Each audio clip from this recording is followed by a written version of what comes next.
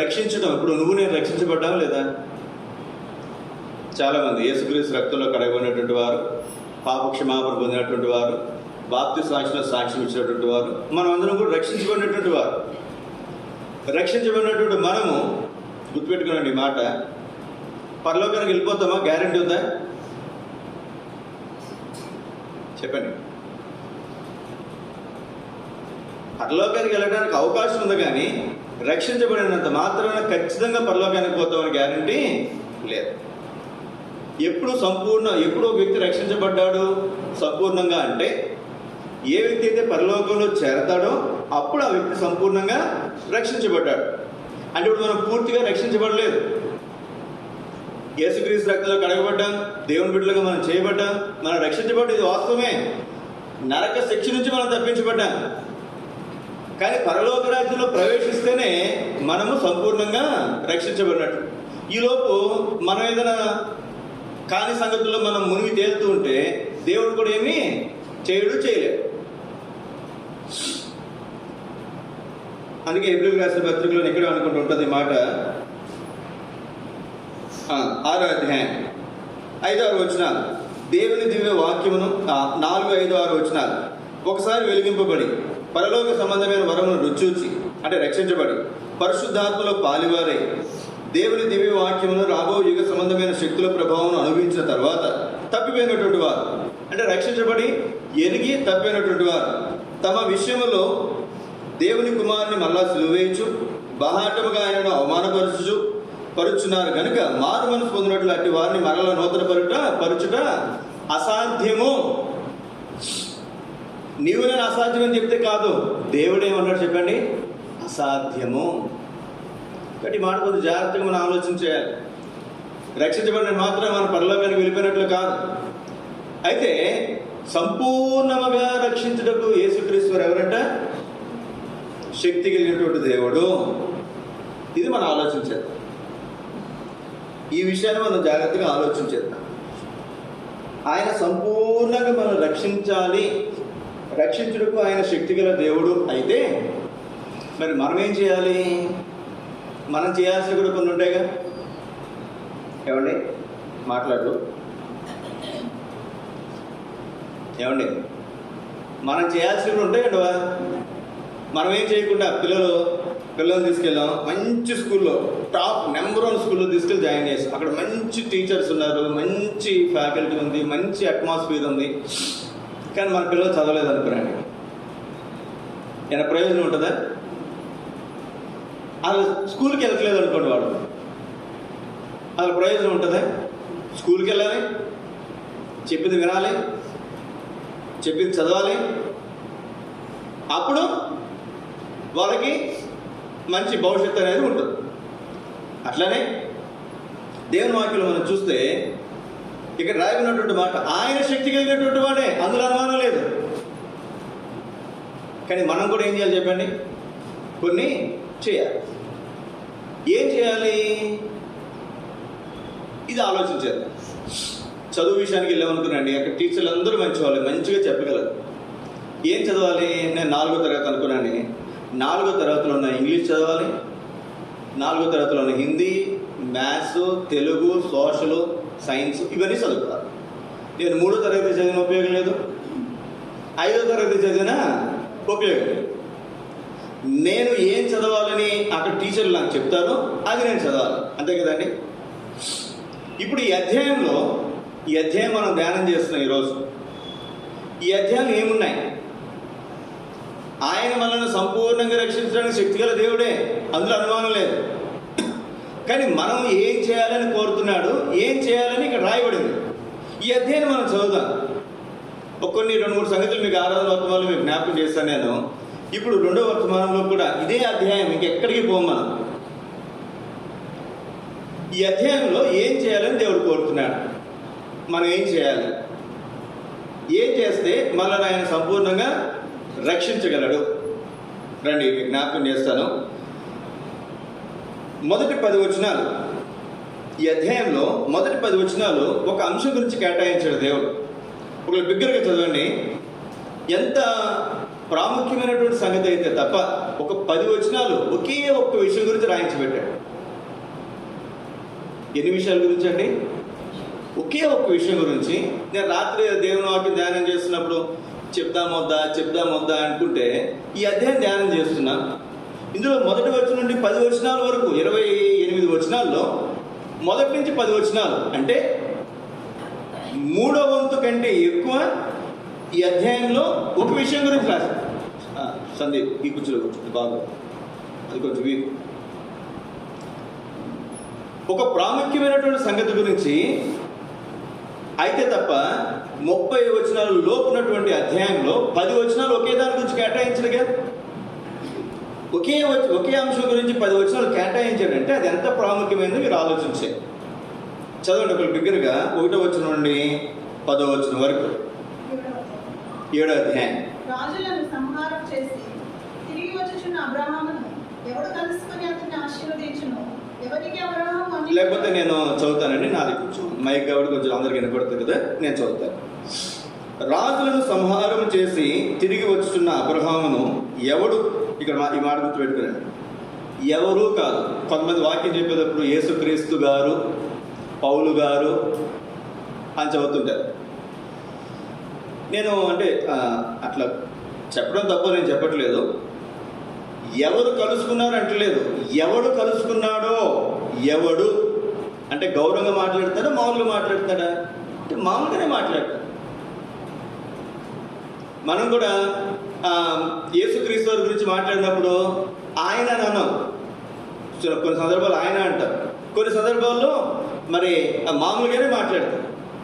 ఈ మాట చదువుతున్నప్పుడు నాకు ఎవరు కలుసుకున్నారు అంటలా, ఎవరంటే ఒకరు బహుశా ఫ్లోరల్ అయిపోద్దేమో. ఎవడు స్పెసిఫిక్గా మాట్లాడుతున్నాడు. చూడండి ఆ మాట. ఎవడు కలుసుకొని అతనిని ఆశీర్వదించను, ఎవనికి అబ్రహాం అన్నిటిలో 10వ వంతు ఇచ్చనో ఆ షాలేము రాజును మహోన్నతులకు దేవుని యాజకుడునైన మెల్కీసెదెకు నిరంతరము యాజకుడిగా ఉన్నాడు. అతని పేరుకు మొదట నీతికి రాజనియు తరువాత సమాధానపు రాజనియు అర్థమిచ్చినట్టు షాలేము రాజని అర్థం. అతడు తండ్రి లేనివాడును తల్లి లేనివాడును వంశావళి లేనివాడును జీవితకాలమునకు ఆది అయినను జీవమునకు అంతమైనను లేనివాడై ఉండి దేవుని కుమారుని పోలి ఉన్నాడు. ఇతడు ఎంత ఘనుడో చూడుని. మూల పురుషుడైన అబ్రహాము అతనికి కొల్లగొన్న శ్రేష్టమైన వస్తువులలో 10వ వంతు ఇచ్చారు. మరియు లేవి కుమారుల నుండి యాజకత్వము పొందువారు తమ సహోదరులు అబ్రహాము గర్భవాసు నుండి పుట్టినను ధర్మశాస్త్రము చొప్పున వారి యొద్ద అనగా ప్రజల యొద్ద 10వ వంతు పుచ్చుకొనుటకు ఆజ్ఞను పొంది ఉన్నారు. కానీ వారితో సంబంధించిన వంశావళి లేనివాడైన మెల్కీసెదెకు అబ్రహాము వద్ద 10వ వంతును పుచ్చుకొని వాగ్దానములను పొందిన వారిని ఆశీర్వదించను. తక్కువ వాడు ఎక్కువ వాని చేత ఆశీర్వదించబడిన మాట కేవలం నిరాక్షేపమై ఉన్నది. మరియు లేవి క్రమం చూడగా చావునకు లోనైన వారు 10వ వంతులను పుచ్చుకొనుచున్నారు. అయితే ఈ క్రమం చూడగా జీవించున్నాడని సాక్ష్యం పొందినవాడు పుచ్చుకొనుచున్నాడు. అంతేకాక ఒక విలువన చెప్పిన ఎడల 10వ వంతులను పుచ్చుకొను లేవియు అబ్రహాము దగ్గర దశమాంశములను ఇచ్చారు. ఏలైనగా మెల్కీసెదెకు అతని పితరుని కలుసుకున్నప్పుడు లేవి తన పితరుని గర్భములో ఉండెను. ఇప్పటికీ మీకు అర్థమై ఉంటుంది దేని గురించి రాయబడిందో. దేని గురించి రాయబడిందండి? దేని గురించి? 10వ వంతు, దశమభాగం. ఇప్పుడు మేము చెప్తున్నా మామూలుగా దశమభాగం ఎక్కడ చెప్తున్నా? దేని ఆధారం చేసుకుని? దేవుని వాక్యాన్ని ఆధారం చేసుకుని చెప్తున్నాను. పాత నిబంధనలో వారు చెప్పేవారు దేన్ని ఆధారం చేసుకుని? ధర్మశాస్త్రాన్ని ఆధారం చేసుకుని చెప్పేవారు. అలా ధర్మశాస్త్రమే లేదు, బైబిలే లేదు, యాజకుడే లేడు, యాజకత్వం లేదు, దేవుని మందిరం లేదు. ఇవన్నీ లేనప్పుడు గుర్తుపెట్టుకునండి ఈ మాట. అబ్రహాం ఏం చేశాడంట? ఎందులో 10వ వంతు ఇచ్చాడంట? పౌలు కాస్తూ జీలకర్రలోను సొంపులోను చిన్న చిన్న వస్తువులన్నింటిలో ఏమిస్తారంట? 10వ వంతు ఇస్తారంట. చిన్న చిన్న వస్తువులన్నింటిలో 10వ వంతు ఇస్తారు. కానీ శ్రేష్టమైన వాటిలో 10వ వంతు ఎవరు? రోజుకి ఎన్ని గంటలండి? 24 గంటలు. 10వ వంతు ఎంత అండి? నేను ఎవరైనా ఇంటికి వెళ్ళినప్పుడు బతిమాలతా, అయ్యా పొద్దున ఒక పావు గంట కుటుంబ ప్రార్థన చేసుకున్నయ్యా, సాయంత్రం ఒక అరగంట కుటుంబ ప్రార్థన చేసుకున్నయ్యా, బతిమాలాల్సిన అవసరం ఏంటి అసలు? రోజుకు 2.5 గంటలు ఎవరి దేవుని. సరే పోనీ 8 గంటలు 10 గంటలు తీసేయండి, నిద్రపోతున్నారు కాబట్టి. ఇంకా 14 గంటలు ఉంది. 14 గంటలు గంటన్నర ఎవరిది? దేవుంది. ఈ గంటన్నరైనా దేవునికి ఇస్తున్నాం మనం? చెప్పండి చెప్పండి అమ్మా. నేను ఒక లెక్క వేస్తాను మీకు. ఎప్పుడైనా బట్టలు ఇస్త్రీ చేయాలనుకున్నప్పుడు 2 జతలు చేయాలంటే గంట పడుతుంది. నేను గంటని క్యాల్కులేట్ చేస్తాను. గంటని క్యాల్కులేట్ చేస్తాను. ఎట్లా? నేను ఇక్కడ నేను టైం కేటాయించి నేను ఇస్త్రీ చేస్తాను. నాకు మిగిలేదంతా జతకి 20 రూపాయలు వేసుకుంటే 40 రూపాయలు మిగులుతాయి. ఎంత మిగులుతాయండి? అంటే నా విలువ గంటకి 40. మేడం గారు అడగాలి. మేడం గారు గంటకి ఎంత ఇస్తారు అడగాలి మేడం. నెలకు 30,000 అనుకోనండి, రోజుకి 1000 రూపాయలు అనుకోనండి, గంటకి ఎంత అండి? 125 రూపాయలు అవుతుంది సుమారుగా గంటకి. అవునా కదా? ఇది 30,000 జీతం వస్తేనే. 60,000 జీతం వస్తే గంటకి 250. 90,000 జీతం వస్తే గంటకి 400 రూపాయలు. ఇప్పుడు నా విలువ ఎంత? 40 రూపాయలేనా అని చాలా సందర్భాలు మీరు గమనించండి. అరే ఈ గంట నేను ఎవరైనా ఇంటికి వెళ్ళి ప్రార్థన చేసి వస్తే ఇది విలువైందా, ఇది విలువైందా? కొన్ని సందర్భాలు నేను క్యాల్కులేట్ చేసుకుంటున్నాను. నేను సమయం మీరు కూడా క్యాల్కులేట్ చేయండి. రోజు గంటన్నర ఎవరిది? దేవుంది. గంటన్నర దేవుంది అయితే మీరు దేవునికి సమయం ఇస్తున్నారా? మనం 10వ వంతు అనగానే మొట్టమొదటి ఎక్కడికి వెళ్ళిపోతాం చెప్పండి? ఆ పాస్టర్ గారికి పని లేదండి, దశమ భాగాలు ఏమన్నారు, డబ్బులు ఏమన్నారు అనుకుంటారు. డబ్బులు తర్వాత అండి, డబ్బుల సంగతి తర్వాత. ముందు అసలు ఏంటి శ్రేష్టమైంది మన జీవితంలో? డబ్బు శాశ్వతమా? శ్రేష్టమైందా? సమయం శ్రేష్టమైందా? సమయం శ్రేష్టమైంది. రోజు గంటన్నర ఎవరిది? ఇది రాత్రి 10 గంటల టైం తీసేస్తే నేను చెప్తుంది క్యాల్కులేషన్. కనీసం గంటన్నర ఎవరికి కేటాయించాలి? మనం దేవునికి కేటాయించాలి రోజు మొత్తం మీద. పొద్దున ఒక అరగంట, రాత్రి ఒక అరగంట, వ్యక్తిగతం ఇంకొక అరగంట, కనీసం రోజు గంటన్నర దేవుని సన్నిధిలో మనం కూర్చుని ప్రార్థన చేయడం అనేది చాలా అవసరం. ఎంతమంది గడుపుతుందో చెప్పండి దేవుని సన్నిధిలో? మనం రక్షించబడ్డాం, బాప్తిసం తీసుకున్నాం, ప్రభువులలో మాత్రం చక్కగా పాల్గొని పొందుతాం. ప్రభువులలో మనం పాల్గొని పొందే మనం ఖచ్చితంగా ఆరాధన చేయాలి, సంఘ ప్రార్థనలో ఏకీవించాలి. ఖచ్చితంగా మన సమయాన్ని ఏం చేయాలి? ఖచ్చితంగా రోజు గంటన్నర పైన దేవునికి కేటాయిస్తున్నామా? గమనించండి ప్రియ సోదర సోదరు, దేవుని సన్నిధిలో మనం గడపడం చాలా ప్రాముఖ్యమైనటువంటిది. అయితే నేను ఒక మాట చెప్తాను ఇక్కడ. అబ్రహాము ఎందులో ఇచ్చాడంట? చూడండి అక్కడ రాయి ఉన్నటువంటి మాట 5వ వచనం చదవండి. 5వ వచనం 4వ వచనం. గనుడంట. ఎవరితను? గనుడు. అబ్రహాము అతనికి కొల్లగొన్న శ్రేష్టమైన వస్తువులలో ఏమిచ్చాడంట? 10వ వంతు ఇచ్చాడు. ఈ మాట చెప్పడం కూడా అవసరమే. కింద సండే స్కూల్ హాల్లో డోర్లు పాడైపోయినాయి. డోర్లు పాడైపోతే 4 సంవత్సరాల క్రితం పెయింట్ వేయించేటప్పుడు అప్పుడే డోర్లు మారుద్దామని అనిపించింది. 4 సంవత్సరాల క్రితం అప్పటికే పాడైపోయినాయి, పైన అంతా ఊడిపోయింది. సరే త్వరలోనే మారుద్దాం అనుకున్నాను. త్వరలో 8 సంవత్సరాలు ఇప్పటికి 4 సంవత్సరాలు అయింది. 4 సంవత్సరాలు అయింది. కింద డోర్లు కూడా ఊడిపోతాయి, కిందంతా పాడైపోయింది. ఇంత గజాలు పడిపోయినాయి. పాములు ఏమైనా వస్తాయని చెప్పి ఏదైనా అడ్డం పెట్టామట. రెడీమేడ్ డోర్లు తీసుకుంటే 10,000 వచ్చేస్తాయి 3 డోర్లు కూడా. కానీ నాకు మనసు రావట్లే. ఎందుకని? పాత డోర్లు ఏమైనాయి? 5 సంవత్సరాలు పాడైపోయి. మళ్ళీ ఈ డోర్లు కూడా ఏమవుతాయి? పాడైపోయి. అప్పుడో 10,000, ఇప్పుడు 10,000, మళ్ళీ ఇంకో 10,000, 30,000 వేసుకుంటే ఇప్పుడు 40,000, 50,000 అవుతాయి డోర్లకి, 3 డోర్లకి. ఒకసారి మనం చేయిస్తే పోనా, ఒకసారి కాకపోయినా ఒక డోర్కి ఒకసారి చేయించి ఒక 20,000 పెడితే మెయిన్ డోర్ వస్తుంది. ఒక 15,000 పెడితే 2 డోర్, ఇంకో 15,000 పెడితే ఇది నాకు అడిగినటువంటి లెక్క వాళ్ళు చెప్పు షాప్లో అని ఆఫ్ చేసి. ఎందుకు ఆఫ్ చేశాను నేను? మందిరానికి ఏం చేయాలి చెప్పండి? మన ఇంటికి అయితే రెడీమేడ్ డోర్లు పెడతామా? చెప్పండి. ఇల్లు కట్టుకున్నాను, పెద్ద ఇల్లు, మంచి ఇల్లు కట్టుకున్నాను. రెడీమేడ్ డోర్లు పెడతామా? లోపల పెట్టుకుంటాం. బయట ఏం చేస్తాం ఖచ్చితంగా చెప్పండి? ఖచ్చితంగా ఏ డోర్ పెట్టినా పెట్టకపోయినా ఎదురున్న డోర్ మాత్రం ఖచ్చితంగా టేక్ డోరే మంచిదే పెడతాం కదండి. ఎందుకంటే ఇల్లు కట్టుకున్నాం, దానికి తగ్గట్టుగా మనం చేసుకుంటాం. శ్రేష్టమైనది ఇక్కడ చూడండి ఏమిచ్చాడంట, అతడు కొల్లగన్న వస్తువులలో శ్రేష్టమైన వస్తువుల్లో 10వ ఇచ్చాడంట. కొల్లగన్న వస్తువులు చాలా ఉంటాయి. బంగారం ఉంటుంది, వెండి ఉంటుంది, వజ్రాలు ఉంటాయి, వైడూర్యాలు ఉంటాయి, ఇంకేముంటాయి చెప్పండి? గొర్రెల మందులు ఉంటాయి, పశువుల మందులు ఉంటాయి. ఏటిలో శ్రేష్టమైన, ఏటిలో 10వ ఇచ్చాడంట? శ్రేష్టమైన వాటిలో 10వ ఇచ్చాడు. ఎంత ఆశ్చర్యం వచ్చింది. ఎందుకు ఈ మాట నొక్కి రాయించి పెట్టాడు చెప్పండి? నేను అనుకుంటాను తర్వాత 10వ వంతు ఇమ్మని చెప్పి దేవుడు చెప్పాడు కదండి.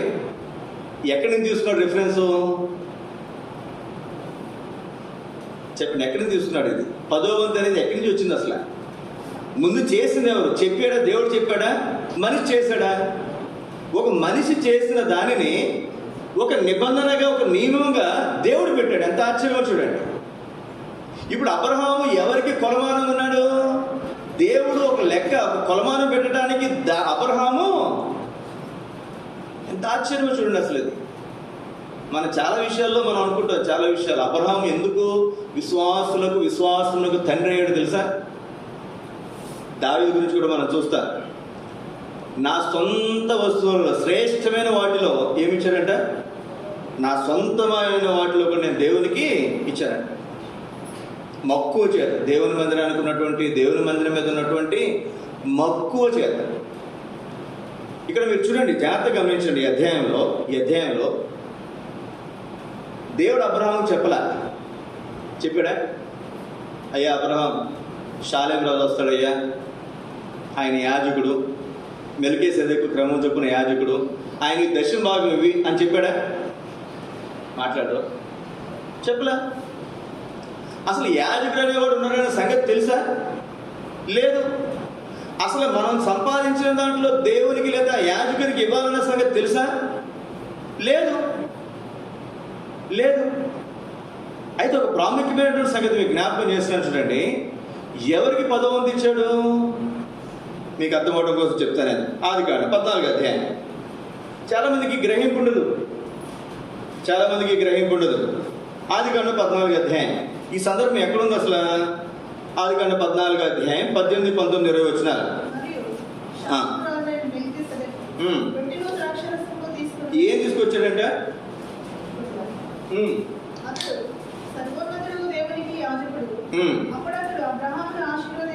అప్పుడు అతడు అబ్రహామును ఆశీర్వదించాడు.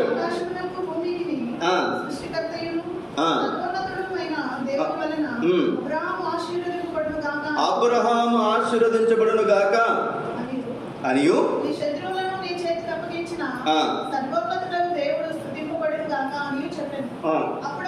అప్పుడు అతడు మీరు జాగ్రత్తగా ఆలోచన చేయండి. దశమ భాగం ఎవరికి ఇచ్చారు చెప్పండి? ఇప్పుడు పాములపోయినటువంటి విషయాలు ఇక్కడ. ఒకటి, ఏ వ్యక్తి అయితే తన దగ్గరికి రొట్టె రసం తీసుకుని వచ్చాడో ఆ వ్యక్తికి ఇచ్చాడు. గుర్తుపెట్టుకునండి. చాలామంది ఏం చేస్తారంటే ఒక హోటల్లో టిఫిన్ చేస్తారు, ఇంకో హోటల్లో బిల్లు కడతారు. ఒక మందిరానికి వస్తారు, ఒక మందిరంలో రొట్టె రసం తీసుకుంటారు, ఒక మందిరానికి చెందినటువంటి విశ్వాసులే. కానీ దశమ భాగాలు ఏం చేస్తారు చెప్పండి? ఎక్కడికో పంపిస్తారు. నువ్వు ఎక్కడికో పంపించకూడదు. నీ స్థానిక సంఘం, ఈ మాట గుర్తుపెట్టుకుని, నువ్వు రక్షించబడింది ఎక్కడో, నువ్వు బాప్తిసం తీసుకుంది ఎక్కడో, లేదా నీ తల్లిదండ్రుల కుటుంబం ఉంటుంది ఎక్కడో, లేదా నీకు రొట్టె రసం ఎక్కడైతే నువ్వు ప్రభువులలో పాల్గొని పొందుతున్నావో ఆ సంఘంలో నువ్వేం చేయాలి? నీ దశమ భాగాలు ఆ కానుపెట్లో వేయాలి. ఇక్కడైతే యాజకుడికి ఇచ్చారని ఉంది, కానీ ఇక్కడ చేతికి ఇమ్మని చెప్పట్లేదు. నేను కానుపెట్లో వేయాలి. ఒక రోజున ఒక ఆవిడ రిటైర్ అయింది. ఇంతకుముందు కూడా చెప్పాను మీకు. నేను రిటైర్ అయిన తర్వాత మాలాంటి ఒక చిన్న సంఘం అది, ఆ పాస్టర్ గారిని ఫోన్ చేసింది, అయ్యా నేను రిటైర్ అయ్యాను కదా, దేవుని భాగం తీశాను, రండి ప్రార్థన చేయండి, నేను అవి దేవునికి ఇవ్వాలను. ఈ సేవకునికి ఎలా ఉంటుంది చెప్పండి? నేను నిజంగా మీరు ఏమైనా అనుకోండి, మన సిస్టర్స్ రిట్రీట్కి 30-40 వేలు ఎక్స్ట్రా ఖర్చు, 30,000 పైన ఖర్చు అయ్యింది నా జీవనం నుంచి వచ్చినాయి. సరిపోక నేను 30,000 పైన నేను ఖర్చు చేశాను. మా పిల్లల ఫీజులు కూడా దానికి ఉపయోగించాం. మన వీవీఎస్ అప్పుడు కూడా దగ్గర 20-30,000 మా జేబులో ఖర్చు అయ్యాయి. ఎన్నని పెడతాను చెప్పండి, ఎన్నని పెడతాం?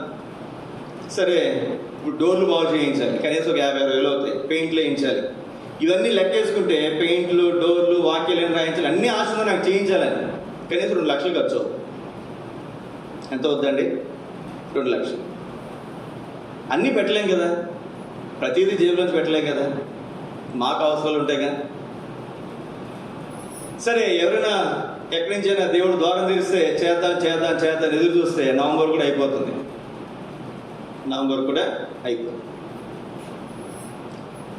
అట్లాంటి పరిస్థితుల్లో ఉన్నటువంటి సేవకుడి దగ్గరికి ఒక ఆవిడ ఫోన్ చేసి, అయ్యా రిటైర్ అయ్యాను నేను, జీతం వచ్చింది, అదే రిటైర్మెంట్ అయితే ఎక్కువ డబ్బులు వస్తుంది కదండి. మామూలుగా ₹1,00,000 అయితే అప్పుడు 10 లక్షలు 20 లక్షలు వస్తాయి. దేవుని భాగం తీసానయ్యా, రండి ప్రార్థన చేయండి, దేవుని పంపిస్తారంటే ఆ పాస్టర్ గారు ఎంతో సంతోషం. ఇప్పుడు మేము ఉన్నాం, ఎవరైనా అన్నారనుకున్నాను, ఏమనుకుంటారు, ఒకసారి డోర్లు చేయించవచ్చు, లేదా పెయింట్ వేయించవచ్చు, లేదా ఇంకో పని ఏదైనా చేయించవచ్చు, సరుకుడు ఫీజులు కట్టుకోవాలని అనుకోమండి, గుర్తుపెట్టుకోనండి. దేవుని ఖర్చు పెట్టాం కదా, ఫీజులు కట్టుకుందామని మాత్రం అనుకో, దానికోసం మా తప్పులు ఏమి పడతాం, అది వేరే సంగతి. సరే, ఆయన అక్కడ పోయాడు, పోయి అక్కడ డబ్బులు పెట్టింది ఆవిడ, సుమారుగా 1-2 లక్షలు అక్కడ పెట్టింది. ప్రార్థన చేయండి అన్న అని చెప్పింది, దేవుని భాగం అని చెప్పింది. ప్రార్థన చేశాడు. ప్రార్థన చేసిన తర్వాత అప్పుడు చెప్పింది ఆవిడ, ఇప్పుడు అన్న ఇది ఎవరికమ్మా, మీకు తెలుసు కదా, ఆయన సతీష్ కుమార్ గారికి, హైదరాబాద్ సతీష్ కుమార్ గారికి పంపించాలన్నా, మనం చూశాను నేను, ఆయన ఏదో దేవుని పని చేస్తారంట. మరి వీళ్ళు ఏం చేస్తారు, స్థానిక సంఘ సేవకులు ఏం చేస్తారు? ఎప్పుడైనా సతీష్ కుమార్ గారికి వచ్చి ప్రార్థన చేశాడు మీ ఇంటికి వచ్చి? అంటే మీరు కాదనుకోనండి, వాళ్ళ ఇంటికి వచ్చి ప్రార్థన చేశాడా? లేదు. ఎప్పుడైనా కనీసం అక్కడ ప్రార్థన చేశాడా? లేదు. నీ కోసం ప్రార్థన చేసే సేవకులు ఉంటారు, నీ కుటుంబం గురించి, తల్లిదండ్రుల గురించి, రక్త సంబంధుల గురించి, భార్యని భర్త బిడ్డల గురించి ప్రార్థన చేసే సేవకులు ఉన్నారు. సంఘం ఉంది, స్థానిక సంఘం ఉంది, మిమ్మల్ని పరామర్శిస్తుంటారు. వీళ్ళందరినీ వదిలేసి ఎక్కడో ఉన్నటువంటి ఎల్ఐకో పుల్లైకో హైఫై సంఘాలకు పంపిస్తుంటారు. నిజంగా నేనైతే లెఫ్ట్ రైట్ టాప్ బాటం కూడా పీకేసేవాడిని. ఆయన అయితే మంచిదమ్మా, నీకు ఇచ్చిన దేవుడు ఇచ్చిన ఆలోచన ప్రకారం పంపించని చెప్పేసి నెమ్మదికి వచ్చేసాయి. తర్వాత ఆయన చెప్పాడు ఇంకో చోట ఎంతో బాధతో, దుఃఖంతో. నిజంగా చెప్తా చూడండి, లెఫ్ట్ రైట్ ఇచ్చేస్తేనే అక్కడ అయిపోయినట్టు. మనసులో పెట్టుకున్నారంటే మాత్రం నాలంటలో కొంతవరకు మంచివాళ్ళు. మనసులో పెట్టినారనుకోండి, సేవకులు ఎవరు చెప్తారు? దేవుడికి చెప్తారు. దేవుడు ఏం చేస్తాడు? ఆయన లెఫ్ట్ రైట్ తీసుకుంటాడు. ఇక్కడ గమనించాల్సినటువంటి మాట, ఎవరైతే తనకు రొట్టె రసం ఇచ్చారో ఆ సేవకునికి ఏం చేస్తాడంట? 10వ వంతు. మీరు చూడండి, మీకు రొట్టె రసం ఇచ్చిన తర్వాత ఏం చేస్తుంది చెప్పండి? మీ అందరి గురించి ఏం చేస్తాం? ఇక్కడ ప్రార్థన చేస్తాం. మన సంఘంలో అన్ని ప్రార్థనలో కంటే కూడా ప్రభువుల దగ్గర చేసే ప్రార్థన చాలా ప్రాముఖ్యమైనటువంటి, అవునా కదా? అందుకే అప్పుడు రాసి మనం చెప్తాం, ఏదైనా ప్రాముఖ్యమైనటువంటి ప్రార్థన మనలు ఉంటే ఏం చేయండి, మీరు రాసివ్వండి, ప్రభువుల దగ్గర ప్రార్థన చేస్తామండి. కొంతమంది గ్రహింపు ఉన్న వాళ్ళు, అన్నా ప్రభువుల దగ్గర ప్రార్థన చేయన్నా అని చెప్తారు. దానికి ఉన్నటువంటి విలువ అట్లాంటిది. ఇక్కడ రొట్టె రసం ఇచ్చాడు ఫస్ట్, తర్వాత ఏం చేశాడు చెప్పండి? చూడండి 20 వచనం, నీ శత్రువులను 19. అప్పుడు అతడు అబ్రహామును ఆశీర్వదించి రొట్టె రసం ఇచ్చిన తర్వాత ఏం చేశాడు? మీరు రొట్టె రసం తీసుకున్న తర్వాత ఏం చేస్తాం? మిమ్మల్ని మేము ఆశీర్వదిస్తాం, ప్రార్థన చేస్తాం. ఆకాశములకు భూమికి సృష్టికర్త సర్వోన్నతుడైన దేవుని వలన అబ్రహాము ఆశీర్వదింపడును గాక నీవు, నీ శత్రువులను నీ చేతికి అప్పగించిన సర్వోన్నతుడు దేవుడు స్తుతింపడును గాక నీవు చెప్పాను. అబ్రహామును ఆశీర్వదించాడు. ఆశీర్వదించిన తర్వాత అప్పుడు ఏం చేస్తారు చెప్పండి? చివరి ప్రార్థన అయిన తర్వాత, చివరి ప్రార్థన ముందు ఏం చేస్తారు? ప్రభువుల ప్రార్థన అయిన తర్వాత కానుకలు వేస్తారు.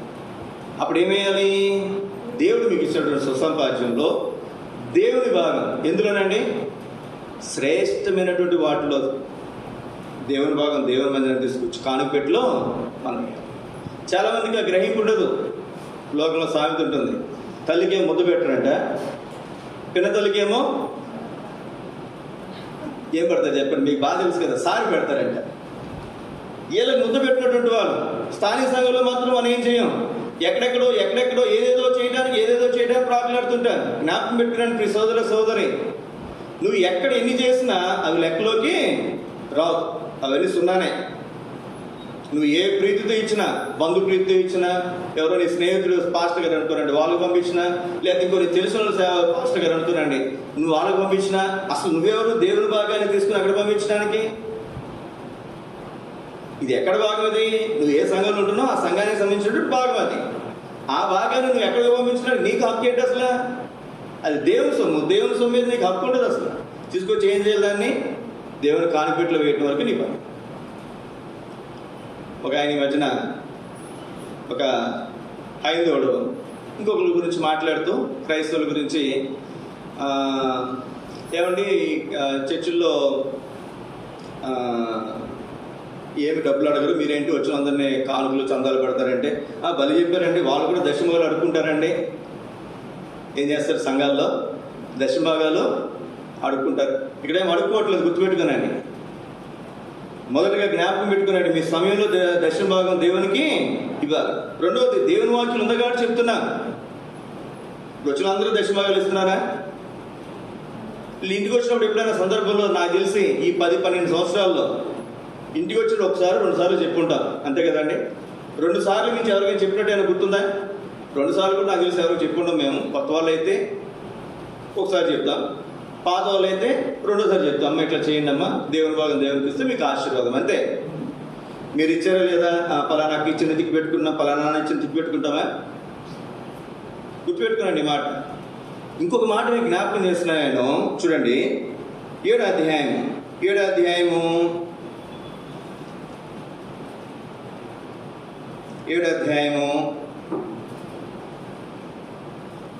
9వ వచనం. అంతేకాక ఒక విధముగా చెప్పినట్లా 10వ వంతులను పుచ్చుకొని లేవియు అబ్రహాము ద్వారా దశమాంశములను ఇచ్చెను. పుచ్చుకునేవాడు కూడా ఏం చేస్తున్నాడంట? ఈ మాట గుర్తుపెట్టుకోండి. పుచ్చుకునేవాడు కూడా ఏం చేస్తున్నాడంట? ఇస్తున్నాడు. ఇప్పుడు మేము పుచ్చుకుంటాం, సేవకులు దశమభాగాలు అందులో వేస్తారు, మేము తీసుకుంటున్నాం. ఇప్పుడు మేమేం చేయాలి? చాలామంది సేవకులు ఎవరు దశమభాగాలు ఎవరు? మా సమయంలో కూడా ఏం చేయాలి? దశమభాగం దేవునికి ఇవ్వాలి. ఖచ్చితంగా 2 గంటలు, ఖచ్చితంగా 2.5 గంటలు దేవునికి ఇవ్వాల్సిందే. నేను ఉద్యోగం చేస్తున్నప్పుడు ఒక దశమభాగం ఇచ్చేవాడు జీతంలో. ఎక్స్ట్రా ఇన్కమ్ వస్తుంది చూసారా? పేపర్ కరెక్షన్కి వెళ్ళినప్పుడు, నేను లెక్చర్ కనుక పేపర్ కరెక్షన్కి వెళ్ళినప్పుడు ఒక 5,000 వచ్చింది అనుకున్నాండి. ఎంత వాళ్ళ దేవునికి 500 ఇవ్వాలి. నేను 1000 రూపాయలు ఇచ్చేవాడు. ఎక్స్ట్రా ఇన్కమ్ కదా. ఎక్స్ట్రా ఇన్కమ్లో 200 దశమభాగం ఇచ్చేవాడు. ఇప్పుడు సేవకు వచ్చిన తర్వాత రివర్స్ చేశాను నేను. సంఘం నుంచి మాకు వచ్చే కానుకలో 2 దశమభాగాలు ఇస్తాను నేను. ఎంత ఇస్తానండి? మీరు ఎన్ని ఇస్తారు దశమభాగాలు? మీరు ఇస్తున్నారా? దశమభాగం దేవునికి మందిరంలో మీరు ఇస్తున్నారా? మీరు ఇస్తున్నారు, గుర్తుపెట్టుకోండి. నేను 2 భాగాలు ఇస్తున్నాను. నేను తీసుకునే నేను ఎంత ఇస్తున్నానండి? 200 దశమభాగం దేవునికి ఇస్తున్నాను కానుకట్లో. కాబట్టి మీరు రండి, మీరు లెక్కనైతే నేను చూపిస్తాను. నేను ప్రతి ఆదివారం, ప్రతి నెల మొదటి ఆదివారం నేను ఎంత ఇస్తున్నా అక్కడ రాస్తాను మీకు, అక్కడ అకౌంట్ పుస్తకం. సేవకులు కూడా ఏం చేయాలి చెప్పండి? దశమభాగాలు ఇవ్వాల్సిందే. నేను సేవకుడు కదా, ఇవ్వనంటే కుదరదు. మేము చెప్తున్నాం కదా, మమ్మల్ని ఎవరు చూస్తారనుకుంటే కాదు. ఇక్కడ మనం చూస్తే పుచ్చుకునే లేవి కూడా అబ్రహాము ద్వారా ఏమి ఇచ్చాడు చెప్పండి? దశమభాగమును ఇచ్చాడు, దశమాంశములను ఇచ్చాడు. ఇది మొట్టమొదటిగా మీకు జ్ఞాపకం చేస్తాను. ఈ 10వ వచనం అయిన తర్వాతే 25వ వచనం వచ్చింది కదండి. మనం చేయాల్సిన విషయాలు మనం చేస్తే ఆయన చేయాల్సిన విషయాలు ఆయన చేస్తారు. ఒక మాట చూడండి, ఒక మాట. హగ్గై గ్రంథం, ఇక్కడ ఒక మాట మీకు జ్ఞాపకం చేసి ముందుకు వెళ్తాను. హగ్గై గ్రంథం 1వ అధ్యాయం. హగ్గై గ్రంథం 1వ అధ్యాయము 4, 5, 6 వచనాలు. హగ్గై గ్రంథం 1వ అధ్యాయము. మందిరము పాడై ఉండగా మీరు సరంపు వేసినటువంటి ఇండ్లలో నివసించుటకు ఇది న్యాయమా? నివసించుటకు ఇది సమయమా? ఏం ఆలోచించండి. మందిరం గురించి ఒక మాట చెప్తాను ఇవాళ. ఆయన రాలేదు గారు చెప్తాను అన్నమాట. కొత్తగా వస్తున్నారు మందిరానికి, కొత్తగా వస్తున్నారు. కొత్తగా వస్తూ రోజు సంఘ ప్రార్థనకు వచ్చారు. సంఘ ప్రార్థన అయిన వెంటనే ఆయన చూసి, అన్నా ఎదరు పక్క అయినా సరే, మందిరం ఎదరు పక్క అయినా రంగులు వేయించి ఆ వాక్యాలు రాయించినన్న ఎంతైతే నేను అంత ఇస్తానన్నా ఏమన్నాడండి? ఏమన్నాడు? ఎంత ఖర్చు చెప్పు నన్ను అడిగి కనుక్కోనన్నా, కుదిరితే నేను ఏర్పాటు చేస్తాను. ఎవరికి అనిపించిందండి? ఎవరికే? కొత్తగా వస్తున్న ఒక ఆయన. మరి పాత వాళ్ళు రోజు వస్తున్నాం. ఎవరైనా ఒక్కళ్ళు అన్నా ఏందన్నా వాక్యాలు రాయించన్నా. ఒక ఆయన లాస్ట్ ఇయర్ VBS పెట్టిన తర్వాత VBS సువార్త అయింది, అప్పుడు దగ్గర 60,000 ఖర్చు అయినాయి.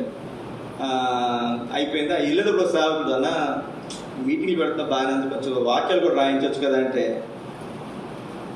60,000 ఖర్చు అయితే 30-40,000 నా జేబులో పడితే ఇంకెంత రాయించాలి చెప్పండి. 60,000 వచ్చేసి అనుకోనండి, ఎక్స్ట్రా నేను ఏదైనా చేయడానికి అవకాశం. ఇప్పుడు ఈ రంగులన్నీ పట్టుకోవాలంటే అంత దగ్గర తెలుసు 50,000 అవుతుంది, 1,00,000 అవుద్దా? మొత్తం 1,00,000 అవుతుంది, మినిమం 1,00,000 అవుతుంది. ఏది రంగులు మొత్తం మొదలు పెడితే పైనుంచి కింద వరకు మందిరానికి అంతటికి కింద 1,00,000 రూపాయలు మినిమం అవుతుంది. ఇవన్నీ వేయించుకుని ఎదరో ఒకటి చేయగలమా? ఎదరు చేస్తే లోపల ఎలా కనపడుతుంది చెప్పండి? పట్టు వచ్చినట్టు పాతగా కనపడుతుంది. నేను ఇంక ఆయనకి ఏం చెప్పలేక, ఇంకేమి కక్కలేక మింగలేక ఇంక వదిలేశాను. ఎందుకని? మొదలు పెడితే ఎంత కావాలి? ఒక లకారం కావాలి. ఒక లకారం కావాలి. ఇక్కడ మనం గమనించాల్సినటువంటి మాట చూడండి, మందిరము ఎన్ని సంవత్సరాలు బట్టి అలా ఉంది? దగ్గర 2 సంవత్సరాలు బట్టి అట్లాగే ఉంది. 2 సంవత్సరాలు బట్టి చేద్దాం. ఇప్పుడు అన్న వాళ్ళు వస్తున్నారు, ఎన్ని శుభ్రంగా కడ్డీలని చక్కగా శుభ్రంగా తురుస్తున్నారు. వీళ్ళు శుభ్రంగా తురిసేసరికి పెయింటింగ్ వేయించాల్సిన అవసరం కనపడట్లా. చూడండి, ఇంకొక 10 రోజుల తర్వాత మళ్ళీ శుభ్రం చేస్తారు, చక్కగా తెల్లగా నీట్గా కొత్తగా పెయింట్ చేసినట్టుగా శుభ్రం చేస్తారు అన్న వాళ్ళందరూ కూడా, ముగ్గురు కూడా. కాబట్టి అంత అవసరం కనపడట్లా. కానీ బయట పక్క మాత్రం చూడటానికి పేర్లు చిరిగిపోయి ఇబ్బందికరంగా అభ్యంతరకరంగానే ఉంది. అది ఎవరికి అనిపించింది చెప్పండి? అక్కడ ఎవరికండి? రోజు వస్తున్నా మనకేమైనా కనిపించిందా? అనిపించింది. ఇక్కడ రాయబడినటువంటి మాట చదవండి, 4వ వచనం. ఈ మందిరము పాడై ఉండగా, పాడైపోవటం అంటే ఇదేదో పగిలిపోయి గోళ్ళని పాడైపోయి లేకపోతే ఇరిగిపోయి గోళ్ళు పగులు వచ్చేసి అట్లా ఉండడమనే కాదు, చూడటానికి కూడా పాడై ఉండగా నివసించడానికి ఇది సమయమా? ఇప్పుడు చదవండి, మరి ఏం చేయాలి? 6వ వచనం. మీరు విస్తారంగా విత్తిన కొంచెమే పండుతుంది. మీరు భోజనం చేస్తున్నారు, ఆకలి తీరట్లేదు. నీళ్ళు తాగుతున్నారు, దాహం తీరట్లేదు. బట్టలు కప్పుకుంటున్నారు, చలి ఆగట్లేదు. పనివారు కష్టం చేస్తున్నారు, సంపాదిస్తున్నారు, జీతం కూడా బాగా సంపాదిస్తున్నారు. అయితే జీతం ఏమైపోయిందంటే చిరిగిపోయిన సంచిలో వేసినట్టుగా ఉంది. చిరిగిపోయిన సంచులు వేస్తే ఏమవుతుందండి? పోతుంది. చాలామంది అనుభవం, ఉద్యోగస్తులు చాలామంది, నేను కూడా ఉద్యోగం చేశాను కాబట్టి నాకు కూడా అనుభవం. ఎప్పుడెప్పుడు వస్తుందా అని 20వ తారీఖు నుంచి ఎదురు చూస్తాను. 1వ తారీఖు వస్తుంది, ఎప్పుడైపోద్దండి? 1వ తారీఖు అయిపోతుంది. 1వ తారీఖు అయిపోతుంది. వచ్చినంత సంతోషం కూడా ఉండదు. కనీసం ఆ రోజు కూడా మన దగ్గర డబ్బులు జ్ఞాపకం పెట్టుకుందాం. ప్రియ సోదర సోదరి, జీతం సంపాదిస్తారంట కానీ చినిగిపోయిన సంచులు వేసినట్లుగానే అయిపోతుంది. కానీ దేని గురించి ఆలోచించాలి మనం? ఒక మాట ఉంటుంది, అద్భుతమైనటువంటి మాట. 132వ కీర్తన, 132వ కీర్తన, 122వ కీర్తన.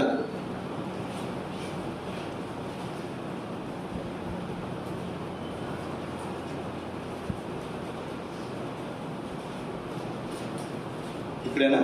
దాని క్షేమమే మీ క్షేమకు ఆధారం అని ఎక్కడంటది?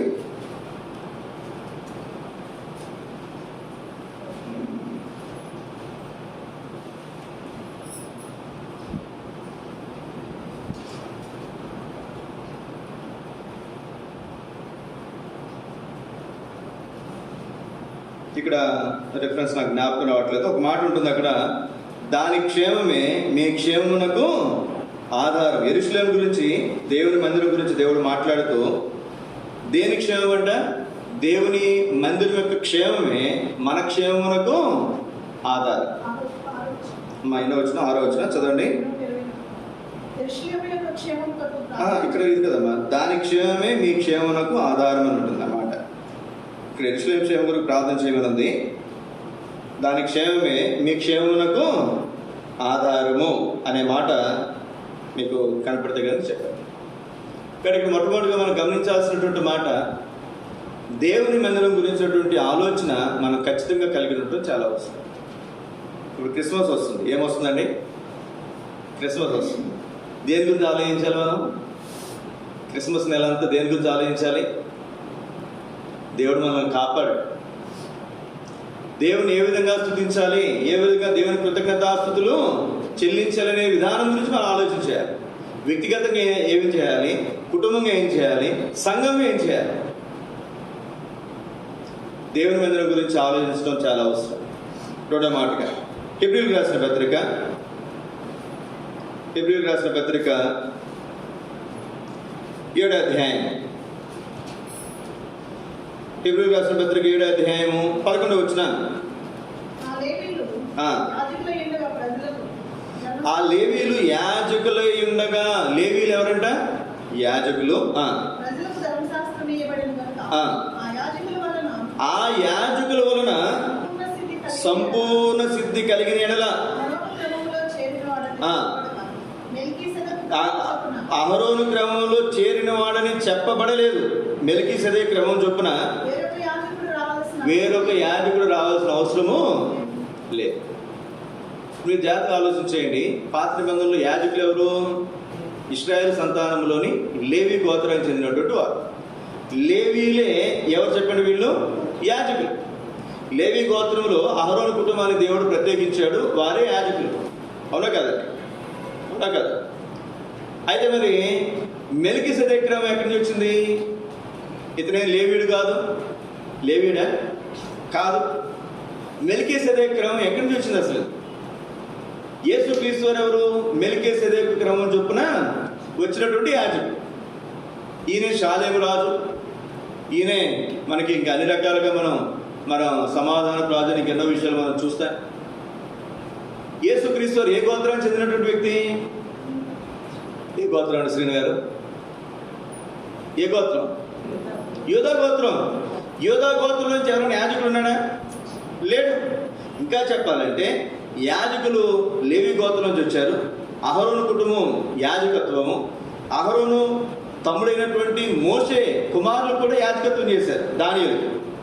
కానీ వాళ్ళు యాజకులు కాదు, అయినా వాళ్ళు యాజకత్వం జరిగించారు. తెలుసా మీకు ఆ విషయం? దానియేలుకి ఎవరు యాజకులు? మోషే మనవడు. మోషే మనవడి నుంచి వీళ్ళు ఏం చేశారంటే అహరోను మనవడిన యాజకత్వం చేసేది మేము యాజకులమే. మా నాన్న మా తాత ఏదైనా తక్కువ అనుకున్నారా?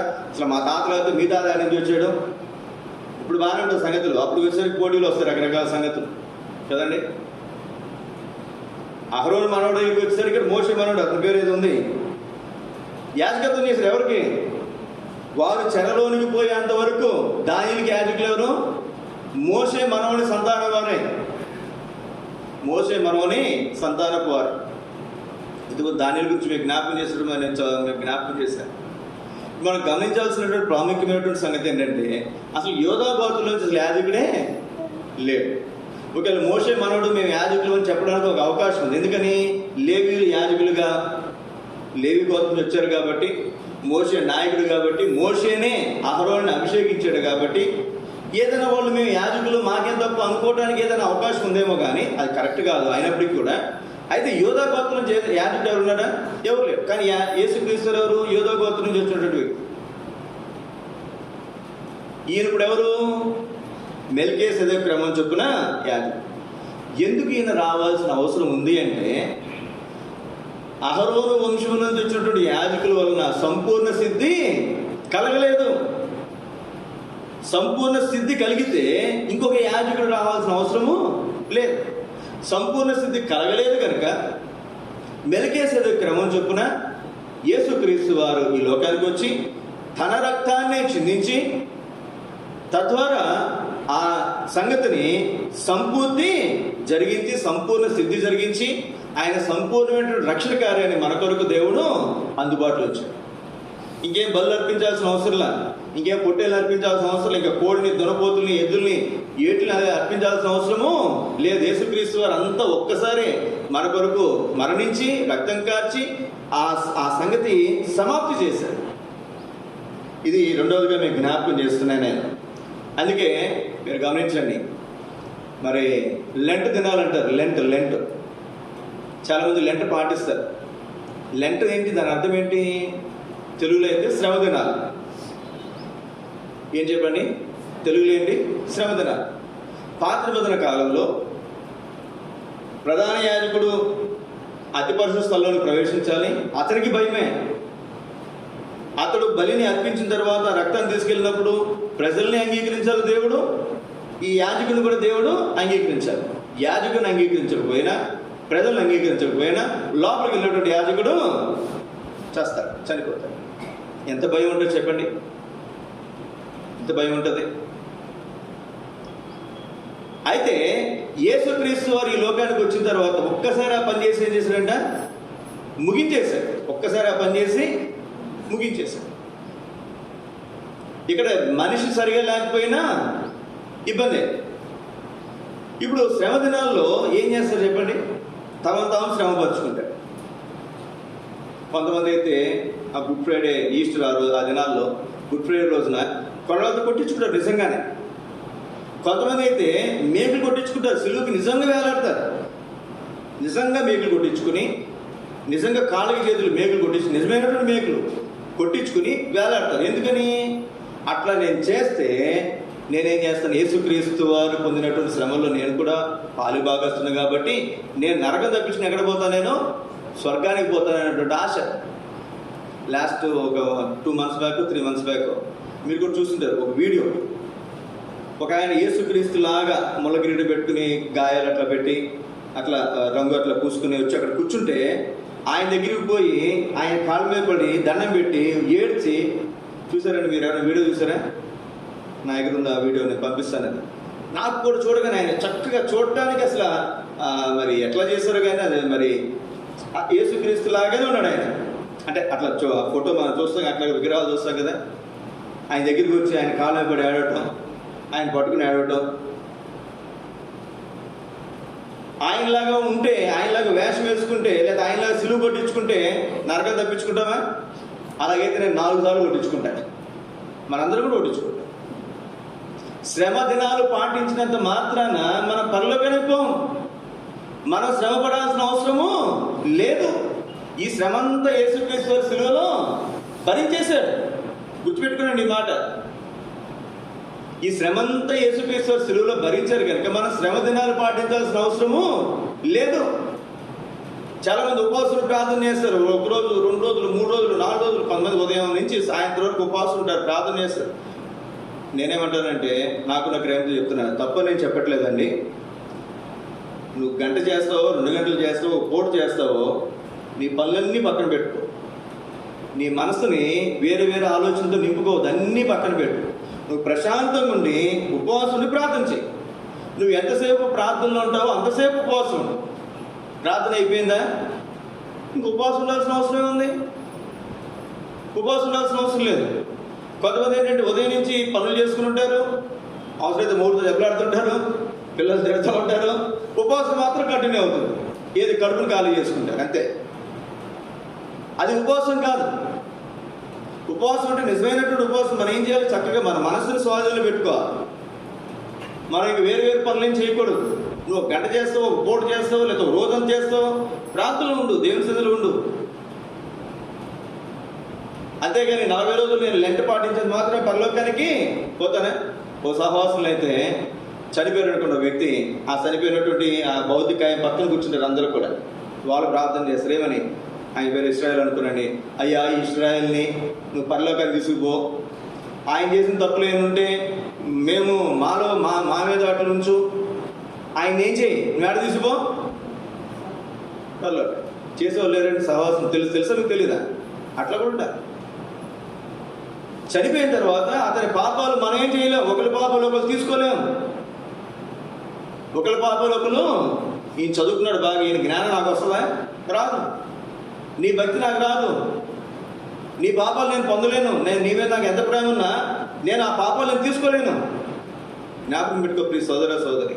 మనం చేయాల్సింది ఏంటంటే బ్రతికుండగానే మనం చేయాల్సినటువంటి భక్తి జీవితం మనం జీవిస్తేనే మన ఈ లోకం విడిచిపెట్టిన తర్వాత పరలోకంలో మనము చేరగలం. ఒక మాట మీకు జ్ఞాపకం చేస్తాను నేను. హెబ్రీయులకు రాసిన పత్రిక 7వ అధ్యాయం, లేదా ఇక్కడ ముగిద్దాం కాబట్టి మనం మోకరించి ప్రార్థన చేసుకుందాం. యేసుక్రీస్తు వారు ఆయన నిరంతరము యాజకుడు. ఎలా ఉన్నాడు చెప్పండి? ఆయన నిరంతరము యాజకుడు. నిరంతరం యాజకుడు అంటే దేవుని బిడ్డలు ఏంటంటే మనం ఒకసారి మన హృదయాలు మనం పరీక్షించుకుందాం. ఆయన నిరంతరం యాజకుడే ఉండగా మరి మనం ఎట్లున్నాం? ఒక మాట, యాజకుడు చేయాల్సిన ప్రాముఖ్యమైన సంగతి ఏంటి తెలుసా? ఇక్కడే మనం చూస్తాం. మరి హెబ్రీయులకు రాసిన పత్రిక 7వ అధ్యాయం 25వ వచనంలోనే మనం కనుక చూస్తే ఒక మాట నేను చదువుతాను, మీరు మోకరించి ప్రార్థన ఉండండి. ఈయన తన ద్వారా దేవుని యొద్దకు వచ్చువారి పక్షమున విజ్ఞాపన చేయుటకు నిరంతరము జీవించినాడు. ఈయన ఏం చేస్తున్నాడంట? విజ్ఞాపన చేయడానికి నిరంతరం జీవిస్తున్నాడు. విజ్ఞాపన చేసేవాడు యాజకుడు. యాజకత్వం ఏంటిది? తన కొరకు లేదా ప్రజల కొరకు దేవుని సన్నిధిలో ప్రార్థన చేసేవాడు. కాబట్టి ఆయన యాజకుడైతే మనం కూడా లేనటువంటి రాజు లేనటువంటి యాజక సమూహం అయితే మనం కూడా ఏం చేయాలి? నిరంతరం యాజకత్వం జరిగించాలి. ఆయన బ్రతుకున్నదే ఎందుకంటే యాజకత్వం జరిగించాలి. నిరంతరం బ్రతుకున్నది దేనికోసం అంటే యాజకత్వం జరిగించాలి. నీ కొరకు నా కొరకు ఆయన తండ్రి కృపార్షుడు విజ్ఞాపనం చేస్తూనే ఉన్నాడు. మరి నువ్వేం చేస్తున్నావు? యేసుక్రీస్తు వారు ఎప్పుడైనా తన గురించి తాను ప్రార్థన చేసుకోవడం చూసారా? మీరు విన్నారా? తన గురించి తాను ఎప్పుడు ప్రార్థన చేస్తాడు. నాకు తెలిసి ఒకే ఒకసారి ప్రార్థన చేశారు ఆయన, తండ్రి ఈ చిత్తమైతే గిన్నె నా యొద్ద నుండి తొలగించు. ఒకే ఒకసారి ఆయన గురించి తాను ప్రార్థన చేస్తాడు. కానీ మనం ప్రార్థన చేస్తే ఏం చేస్తాం చెప్పండి? ఒకవేళ నువ్వు నేను యాజకులమైతే కనుక గంటలో 59 నిమిషాలు 59 సెకండ్లు ఎవరి కోసం యాజకత్వం చేస్తాం? మన కోసం, మన పిల్లల కోసం చేస్తాం. యాజకత్వం అంటే అది కాదు, ఇతరుల గురించి విజ్ఞాపన చేసేది యాజకత్వం. కాబట్టి అటువంటి యాజకత్వం దేవుడు మనకు అనుగ్రహించును కాక. మనకు గంట సేపు ప్రార్థన చేస్తే 55 నిమిషాలు ఇతరుల గురించి ప్రార్థన చేయటం కాక. నాకు తెలిసి 5 నిమిషాలు కూడా మన గురించి అవసరం. ఒక్క మాట నేమే ఒకటే మాట చెప్పాడు. ఏం చెప్పాడు చెప్పండి? నీకున్న దయ చెప్పు నన్ను మేలుకే జ్ఞాపకం చేసు. ఒకే ఒక ప్రార్థన, చిన్న ప్రార్థన, అద్భుతమైనటువంటి ప్రార్థన, నన్ను జ్ఞాపకం చేసుకో. ఒకటే మాట. అట్లాంటి ప్రార్థన మనం చేయదు కాక. అట్లాంటి యాజకత్వం మన జీవితంలో మనం జరిగించదుము కాక. ఆయన యాజకుడు, ఆయన పిల్లలమైనటువంటి మనము రాజులైనటువంటి యాజక సమూహం. మోకరించి ప్రార్థన చేసుకుందా దేవుని బిడ్డలైనటువంటి మనము అటువంటి యాజకత్వం మనం జరిగించదుము కాక. రాజులైనటువంటి యాజక సమూహంగా మనం చేయబడ్డాం కనుక దేవుని వాక్య పిలుగులో మన హృదయాలు మనం పరీక్షించుకున్నాం. అప్పుడే మనల్ని దేవుడు సంపూర్ణంగా రక్షించుటకు శక్తి గలవాడు. ఆయన శక్తి గలవాడే. అయితే మనం చేయాల్సింది మనం చేయకపోతే ఆయన ఏమీ చేయదు. దేవుని వాక్యంలో మనం హృదయాలు పరీక్షించుకుంటాం. ఏదైతే దేవుడు మనతో మాట్లాడుతూ వచ్చాడో ఆ విషయాల్లో సరిగ్గా పరచుకుందాం.